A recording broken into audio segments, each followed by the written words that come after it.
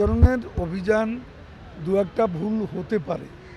আমি জানি না খতিয়ে দেখার আগে এ বিষয়টাতে এটা কোনো নিরীহকে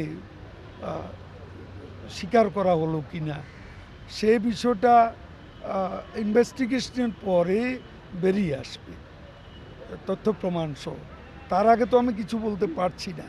তবে এরকম একটা বিশাল অভিযান যেখানে সুনামির মতো আজকে গ্রাম বাংলায় পর্যন্ত, পাড়ায় মহল্লায়, গ্রামে গ্রামে এই ইয়াবা মাদক ছড়িয়ে পড়েছে।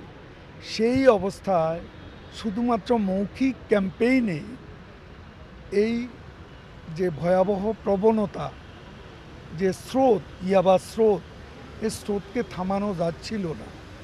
এবং দুর্ভাগ্যজনক হচ্ছে এদেশে প্রধানমন্ত্রী শেখ হাসিনা ছাড়া আর কেউ কিন্তু এই মাদক বিরোধী অভিযান, যেটা তিনি সামাজিক আন্দোলন গড়ে তোলার জন্য বারবার বক্তৃতায় বিবৃতিতে বলেছেন এবং স্পষ্টভাবে কঠোরভাবে উচ্চারণ করেছেন, সেখানে বাংলাদেশের আর কোনো আজকে যারা সমালোচনা করে, প্রশ্নবিদ্ধ করতে চায়, তারা কিন্তু একটা কথাও উচ্চারণ করেননি।